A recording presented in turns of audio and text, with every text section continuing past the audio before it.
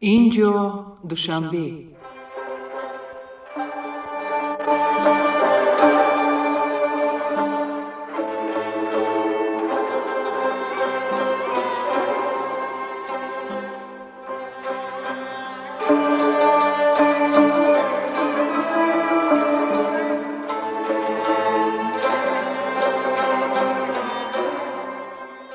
بسا رنج بردم در این سال سی، عجم زنده کردم بدین پارسی.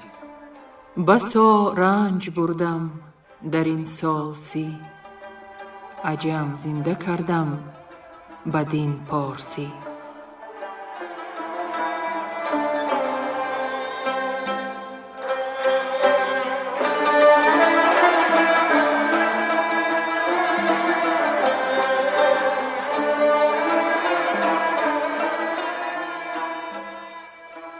شنونده های ارجمند، با توجه شما محفل ادبی از روی شاهنامه بیزوال ابوالقاسم فردوسی. صدر محفل نظام قاسم.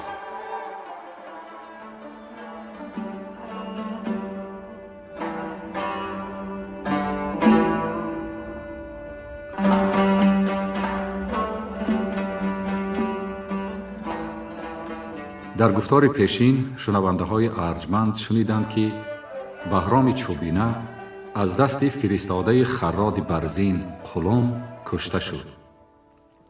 خسرو پرویز از مرگ دشمنش شاد گشت و خراد برزین را نام و کام داد. خاقان چین خانه و در قلم را سوخته دو فرزند او را بر آتش افکند و پس به خواهر بهرام گردیه نامه نوشته به درگاه خویشش خواند.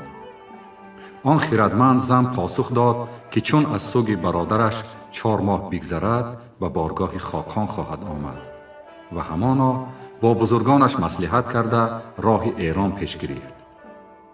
خاقان پهلوانش توورگ را با سپاه از پس ایشان فرستاد. گردیه و لشکرش با جنگیان چین رزم آغاز کردند و پیروز شدند. اینک ادامه داستان را گوش کنید. گوینده ها حاجی اسماعیل پیر محمدزاده، عبدالرشید خوجمقلوف، صباحت قاسم، نظر یزدانی، گلرخسار صفی و کمینه.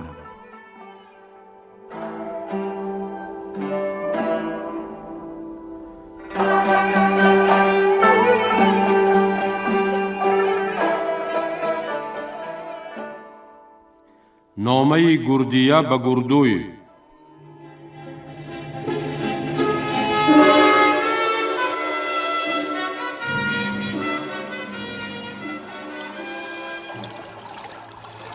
چو پیروز شد سوی ایران کشید، بری شهریار دلیران کشید.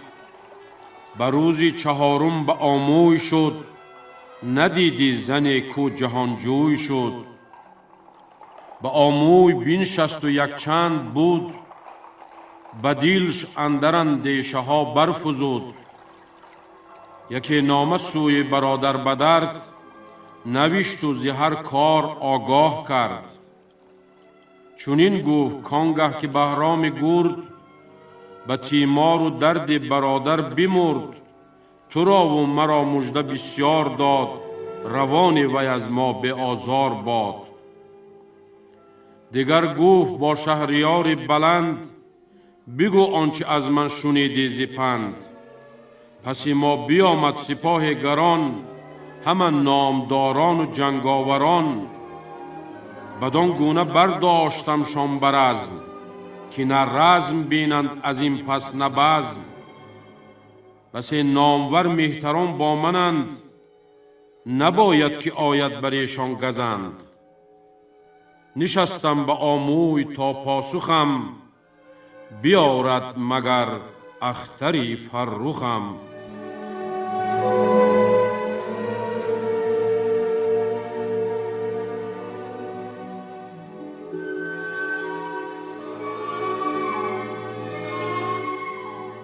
کشتن خسرو بیندوی را به خون پدرش هرمزد.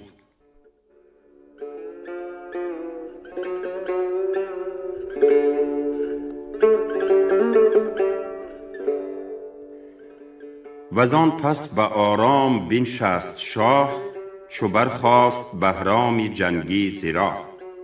ندید از بزرگان کسی کینه جوی، که با او بروی اندر آرند روی. به دستور پاکیزه یک روز گفت، که اندیشه تا کی بود در نهفت. کشنده پدر هر زمان پیش من، همی بگذرد او بود خویش من. چو روشن روانم پر از خون بود، همی پادشاهی کنم چون بود. نهادند خوان و می چند خورد، همان روز بیندوی را بند کرد.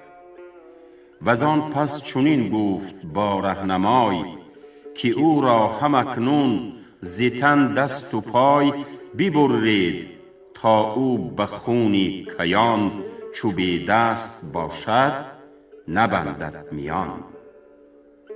بریدند و هم بر زمان او بمرد، پر از خون روانش به یزدان سپرد.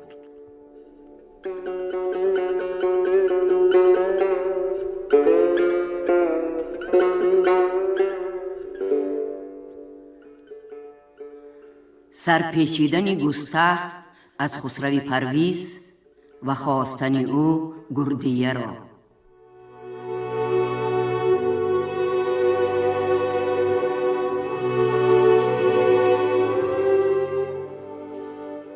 وزان پس به سوی خراسان کسی فرستاد و اندرز کردش بسی. بدو گفت با کس مجنبان زبان، از ایدر برو تا دری مرزبان. به گستهم گوی هیچگونه مپای، چو این نامه ما بخوانی بیای. فرستاده چون در خراسان رسید، به درگاه مردی تناسان رسید. بگفت آن که فرمان پرویز بود، که شاهی جوان بود و خونریز بود. چو گستهم بشنید لشکر براند، پراگنده لشکر همه باز خواند. چنین تا به شهری بزرگان رسید، ز ساریب و آمول به گرگان رسید. شنید آنکه شد شاه ایران درشت، برادرش را شب به مستی بکشت. چو بشنید گوشتی یلانی بکند، فرود آمد از پشتی اسپی سمن. همه جامه پهلوی کرد چاک، خروشان به سر بر همی ریخت خاک. بدانیست کو را جهاندار شاه، به کینی پدر کرد خواهد تباه. خروشان از آن جایگه بازگشت، تو گفتی که با بار هم بازگشت.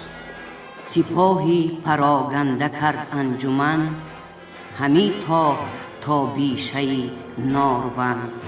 چون نزدیکی کوه آمول رسید، سپه را بدان بیشه اندر کشید.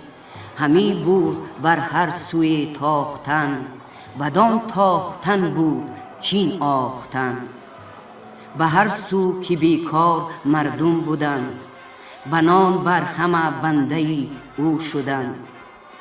به جای کجا لشکری شاه بود، که گستهم از آن لشکر آگاه بود. همی بر سرانشان فرود آمدی، سپه را یکایک به هم برزدی. وزان پس چو گردوی شد نزد شاه، بگفت آن کجا خواهرش با سپاه. بدان مرزبانان خاقان چی کرد، که در مرگ از ایشان برآورد گرد.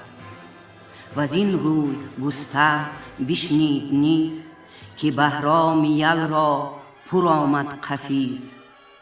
همان گردیه با سپاه بزرگ، برفت از بری نامداری ستور.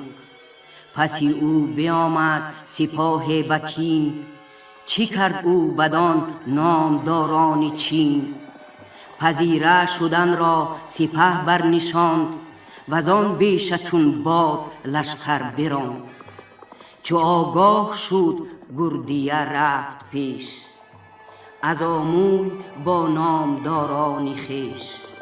چو گسته دید آن سپه را برانگیخت اسپ از میانی سپاه. بیامد بری گردیه پر ز درد، فراوان ز بهرام تیمار خورد. همان درد بیندوی با وی بگفت، همان باستین خون ز مژگان بروفت. یلان سینه را دید و ایزد گشسپ، فرود آمد از دور گریان ز اسپ. بگفت آنکه بیندوی را شهریار، تبه کرد و بد شد مرا روزگار. تو گفتی نه از خواهرش زاده بود، نه از بهر او تن به خون داده بود. بطارت بر او را روا داشتی، روان پیش خاکش فدا داشتی. به مستی ز تن دست و پایش برید، بدان سان که از گوهری او سزید. شما را بدو چیست اکنون امید، که او کمتر از تیر مه برگی بید.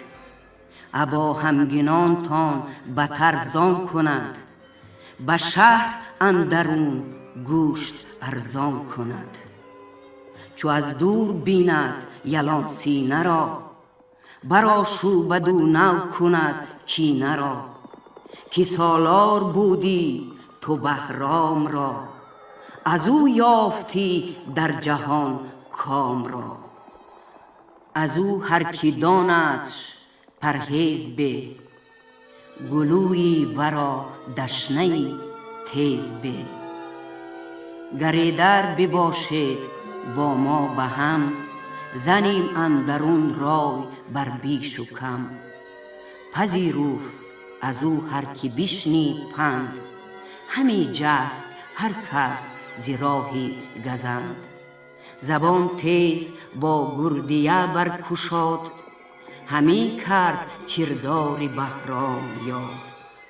ز گفتار او گشت گردیه سوست، شد اندیشه ها بر دلش نادرست. ببودند یکسر به نزدیک اوی، درخشان شد آن رای تاریک اوی. یلان سینه را گفت این زن به شوی، چی گوید چی جوید بدین آبروی؟ چنین داد پاسخ که تا گویمش، به گفتاری بسیار دل شویمش. یلان سینه با گردیه گفت زن، به گیتی تو را دیدم رای زن. ز خاقان کرانه گزیدی سزید، که رایی تو آزادگان را گزید. چی گویی ز گستهم یل خال شاه، توانگر سپه بود سر با سپاه. بدو گفت شوی کزیران بود، از او تخمه ما نه ویران بود. یلان سینه او را به گستهم داد، دلاور گوی بود خسرو نژاد. همی داشتش چون یکی تازه سیب، که اندر بلندی ندیدی نشیب. سپاهی که از نزد خسرو شدی، بر او روزگاری کهن نو شدی. هر آنگه که دیدی شکستی سپاه، گوان را همی داشتی در پناه.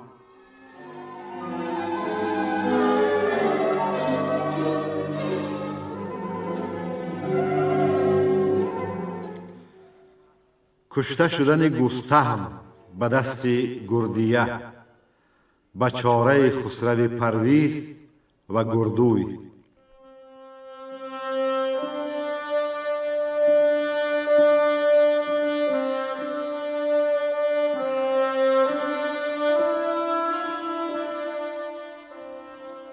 چنین تا بر آمد بر این چند گاه، ز گستهم پردرد شد جان شاه.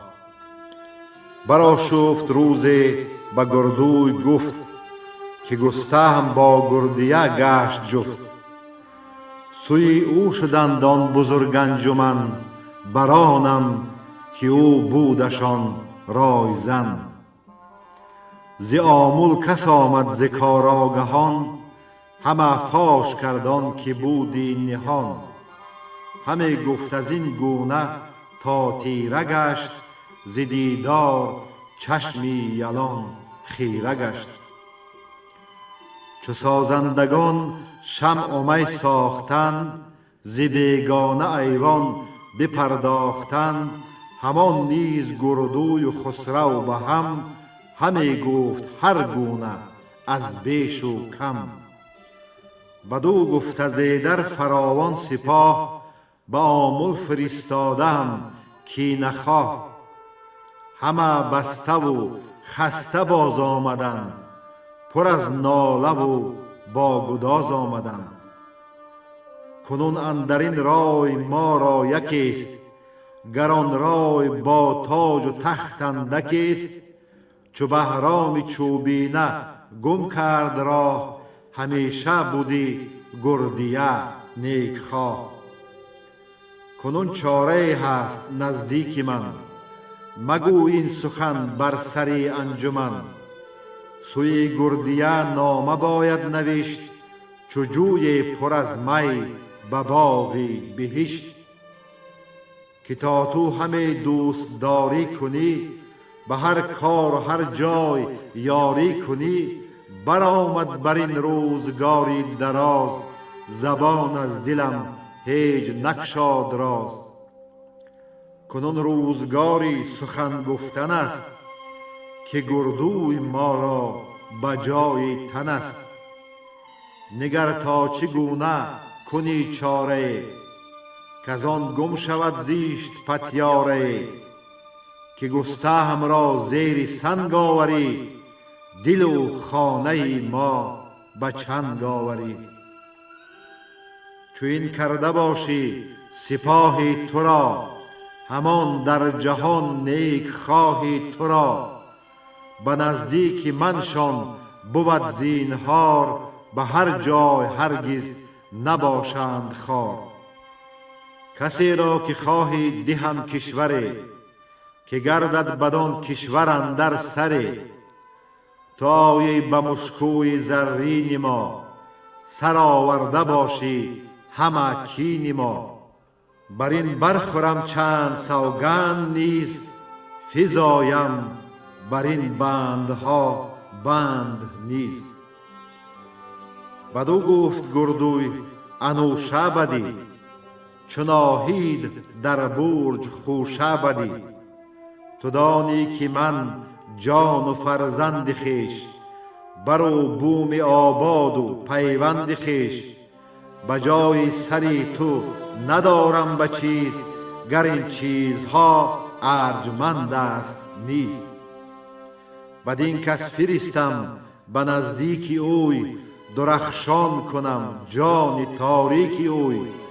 یکی نامه خواهم بر او مهر شاه، همان خط او چون درخشنده ماه. به خواهر فرستم زنی خویش را، کنم دور از این در بداندیش را. که چون این سخن نیست جز کار زن، به ویژه زن کو بود رایزن. بر این نیز هر چند همه بنگرم، پیامی تو باید بری خواهرم. براید به کامی تو این کار زود، بر این بیش و کمتر نباید فزود. چو بشنید خسرو بدان شاد گشت، همه رنجها بر دلش باد گشت.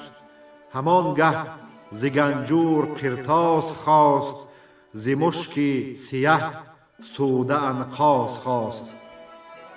یکی نامه بنویشت چون بوستان، گل بوستان چون رخی دوستان.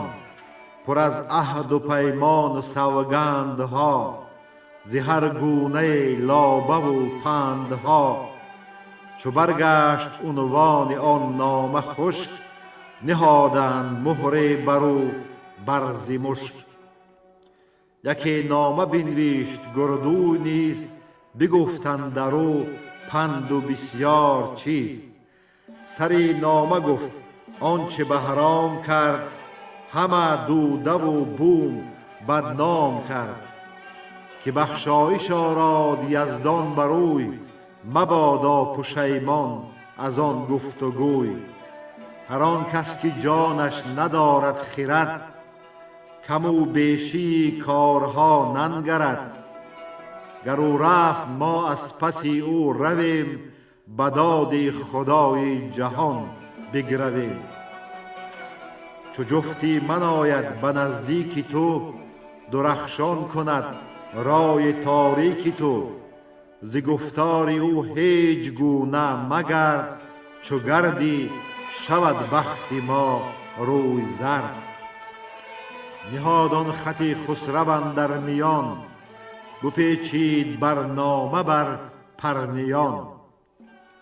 زنی چارگر بستود آن نامه را، شنید آن سخنهای خودکامه را.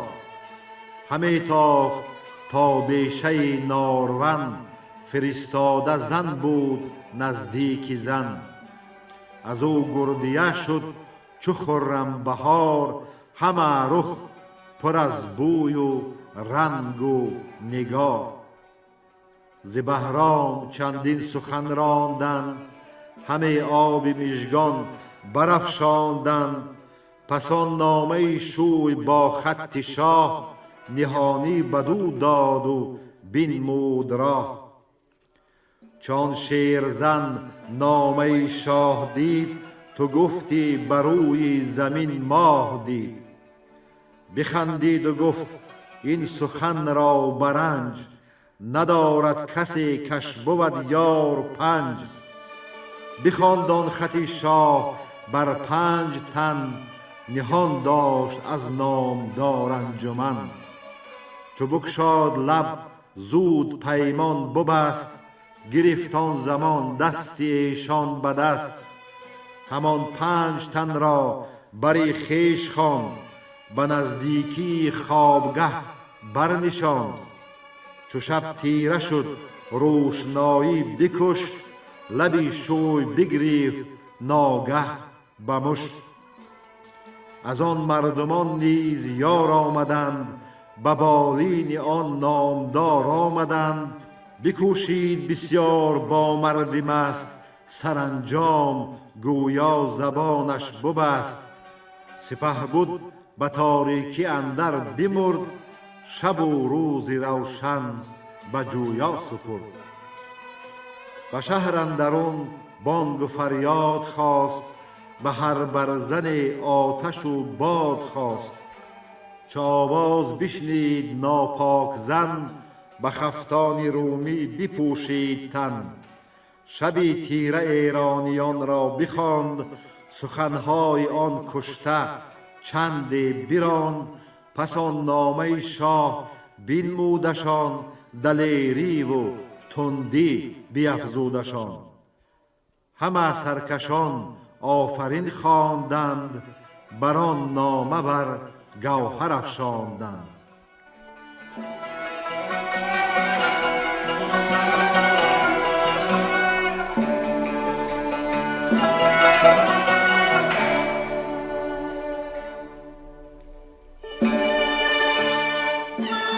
نامه نوشتن گردیه به خسرو و خواستن خسرو پرویز او را.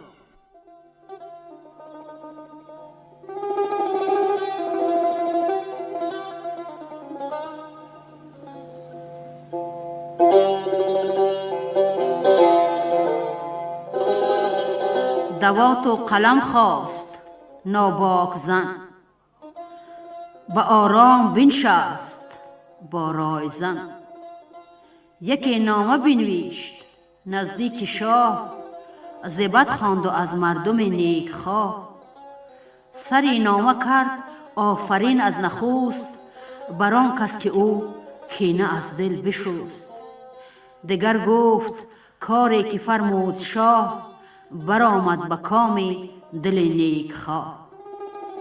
پراکنده گشت آن سپاه سترگ به بخت جهاندار شاه بزرگ. نشستم کنون تا چه فرمان دهی، چه آویزی از گوشوار رهی. چو آن نامه نزدیک خسرو رسید، از آن زن ورا شادی نو رسید. فرستاده خواست شیرین زبان، بلند اختر و پاک و روشن روان. یکی نامه برسان ارژنگ چین، نبشتند و کردند چند آفرین. گران مایه زن را به درگاه خواند، به نامه ورا افسر ماه خواند. فرستاده آمد بر زن چو گرد، سخنهای خسرو همه یاد کرد. زن شیر از آن نامه شهریار، چو رخشنده گل شد به وقت بهار. سپه را به در خواند و روزی بداد، چو شد روز روشن بنه برنهاد. چو آمد به نزدیکی شهر شاه، سپاه پذیره شدندش به راه. ز ره چون به درگاه شد بار یافت، دل تاجور پر ز تیمار یافت. بیاورد از آن پس نثار گران، همان کس که بودند با او سران. همه گنج و آن خواسته پیش برد، یکایک به گنجور شه برشمرد. ز دینار و از گوهر شاهوار، کسان را ندانست کردن شمار. ز دیبای زربفت و تاج و کمر، همان تخت زرین و زرین سپر. نگه کرد خسرو بدان زاد سر، به رخ چون بهار و به رفتن تذر. به رخساره روز و به گیسو چو شب، همه دور بارد تو گفتی ز لب. ورا در شبستان فرستاد شاه، ز هر کس فزون شد ورا پایگاه. فرستاد نزد برادرش کس، همان نزد دستور فریاد رس. به آیین این دین مرو را بخواست، پذیرفت و با جان همی داشت راست. به یارانش بر خلعت افکند نیز، درم داد و دینار و هر گونه چیز.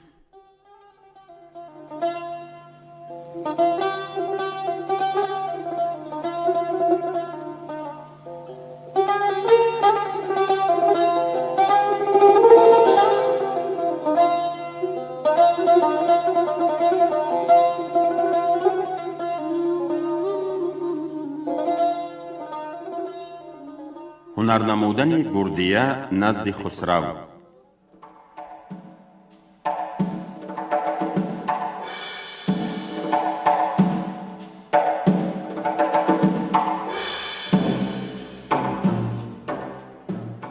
دو هفته برآمد بدو گفت شاه، به خورشید و ماه و به تخت و کلاه. که برگوی از آن جنگ خاقانیان، ببندی چنان هم کمر بر میان. بدو گفت شاها انوشه بدی، روان را به دیدار توشه بدی. بفرمای تا اسپ و زین آورند، کمان و کمند و کمین آورند. همان نیزه و خود و خفتان جنگ، یکی ترکش آگنده تیری خدنگ. پرستنده ای را بفرمود شاه، که در باغ گلشن بیارای گاه. برفتند بیدار دل بندگان، ز ترک و ز رومی پرستندگان. ز خوبان خسرو 1200، تو گفتی به باغ اندرون راه نیست. چو خورشید شیرین به پیش اندرون، خرامان به بالای سیمین ستون. پیاده خرامان ز جایی نشست، کمر بر میان بسته نیزه به دست. بشد گردیه تا به نزدیک شاه، زیری خواست از ترک و رومی کلاه. به شاهی جهان گفت دستور باش، یکی چشم بکشا ز بد دور باش. بدان پرهنر زن بفرمود شاه، که آید به نزدیک اسپی سیاه. بنی نیزه را بر زمین برنهاد، به بالای زین اندر آمد چو باد. به باغ اندر آوردگاهی گرفت، چپ و راست بیگانه راهی گرفت. همی هر زمان اسب برگاشتی، و ز ابری سیه نعره بگذاشتی. بدو گفت هنگام رزمی تورگ، بر این گونه بودم چو ارغنده گرگ. چنین گفت شیرین که ای شهریار، به دشمن دهی آلتی کارزار. که خونی برادر به یاد آورد، بترسم که کارت به باد آورد. تو با جامه پاک بر تخت زر، ورا هر زمان با تو باشد گذر. بخنده به شیرین چنین گفت شاه، کز این زن جز از دوستداری مخواه. همی تاخت گرد اندرون گردیه، به آوردگه گفت خسرو که زه. همی گفت باری بداندیش شاه، به پیشی من استی به آوردگاه. هم اکنون ز زینت بسانی تورگ، جدا کردمی پیش شاهی بزرگ.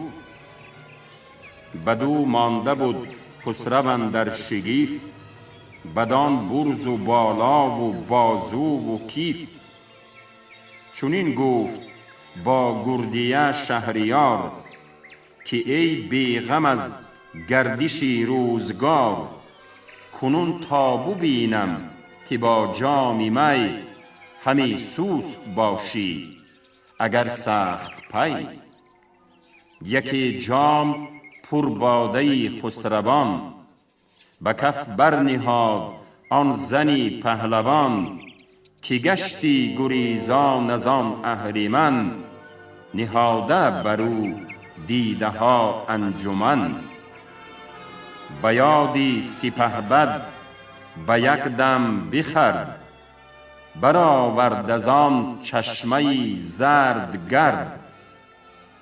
سپهبد شگفتی بماند اندروی، بدو گفت که ای ماه پیکار جو.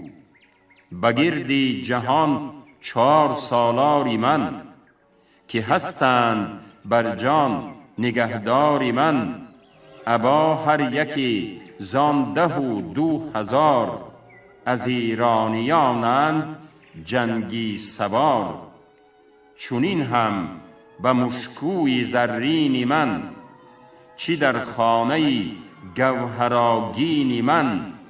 پرستار باشد 10,000، همه پاک با طوق و با گوشوار. از این پس نگهبان ایشان تویی، که با رنج و تیمار خویشان تویی. نخواهم که گویند از ایشان سخن، کسی جز تو گر نو بود گر کهن. شنید آن سخن گردیه شاد گشت، ز پیغاره دشمن آزاد گشت. همی روفت روی زمین را بروی، همی آفرین خواند بر فر اوی.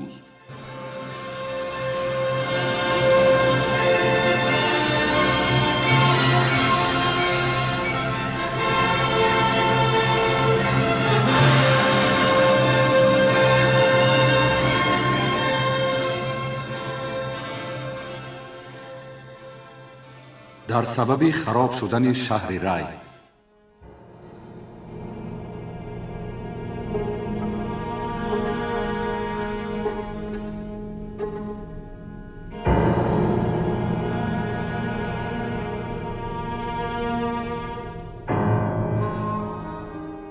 برآمد بر این نیز روز دراز، نگشت اختری نامور جز بناز. شب می همی خورد با موبدان، بزرگان کار آزموده ردان. بدان مجلس اندر یک جام بود، نبشته بر او نام بهرام بود. بفرمود تا جام بینداختند، بر آن هر کس دل بپرداختند. گرفتند نفرین بهرام بر آن جام و سازنده جام بر. چنین گفت اکنون بر و بوم رای، بکوبند پیلان جنگی به پای. همه مردم از شهر بیرون کنند، همه رای به پای دشت هامون کنند. گرانمایه دستور با شهریار چنین گفت ای از کیان یادگار. نگه کن که شهر بزرگ است رای، نشاید که کوبند پیلان به پای. که یزدان بدین کار هم داستان، نباشد نه هم بر زمین راستان. به دستور گفت آن زمان شهریار، که بدگوهر بایدم بی‌تبار. که یک چند باشد برای مرزبان، یک مردی بیدانشی بدزبان. بدو گفت دستور گر شهریار، بگوید نشانی چنین نابکار. بجوییم و این را به جای آوریم، نشاید که بی رهنمای آوریم. چنین گفت خسرو که بسیار گوی، نژندختر بایدم سرخ موی. تنش زیشت و بینی کج و روی زرد، بداندیش و کوتاه و دل پر ز درد. همان بد دل و سفله و بی فروغ، سرش پر ز کین و زبان پر دروغ. دو چشمش همان سرخ و دندان بزرگ، براه اندرون کژ رود همچو گرگ. همه موبدان مانده زو در شگفت، که تا یاد خسرو چنین چون گرفت. همه جست هر کس به گرد جهان، ز شهری کسان از کهان و مهان. چنان بود که روز کسی نزد شاه، بیامد کزین گونه مرد براق. بدیدم بیارم به فرمان کی، بدان تا فرستد موبد برای. بفرمود تا پیش اوی آورند، وزان گونه باز ز کوی آورند. ببردند از این گونه مرد برش، بخندید از او کشور و لشکرش. بدو گفت خسرو ز کردار بد، چی داری به یاد ای بدی بیخرد. چنین داد پاسخ که از کار بد، نیاسایم و نیست با ما خرد. سخن هرچی گویم دگرگون کنم، تن و جان پرسنده پرخون کنم. سری مایه من دروغ است و بس، سوی راستی نیستم دست رست. ابا هر که پیمان کنم بشکنم، پی و بیخ رادی به خاک افکنم. بدو گفت خسرو ز شومخترت، نوشته مبادا جز این بر سرت. به دیوان نوشتند منشور رای، ز زشتی بزرگ شد آن شومپای. سپاه پراکنده او را سپرد، برفت از در و نام زشتی ببرد. چو آمد برای مردی ناتندرست، دل و دیده از شرم یزدان بشست. بفرمود تا نادانهای بام، بکندند و او شد بدان شادکام. وزان پس همه گربگان را بکشت، دل کدخدایان بدان شد درشت. به هر سو همه رفت با رهنمای، منادیگر پیش او بر به پای. همه گفت اگر نادان بجای، ببینم وگر گربه در سرای. بدان بام و بر آتش اندر زنم، زبرشان هم از سنگ بر سر زنم. همه جست هر جا که بود یک درم، خداوند او را فکندی به غم. همه خانه از بیم بگذاشتند، دل از بوم آباد برداشتند.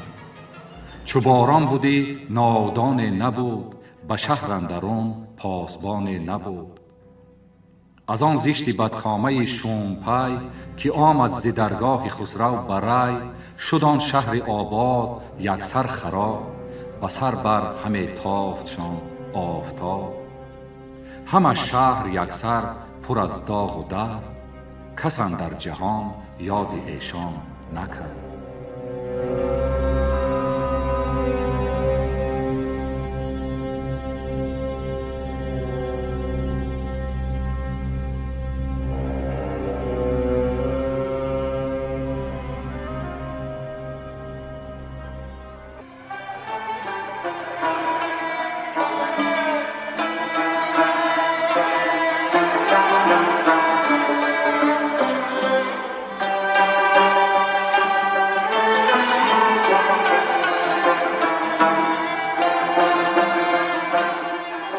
شما محفل ادبی را از روی شاهنامه بیزوال ابوالقاسم فردوسی شنیدید. تهیه‌گر خیرالله ابراهیم، منظم آواز معرفت خالق، صدابردار برنای نظام. شاد و پیروز باشید.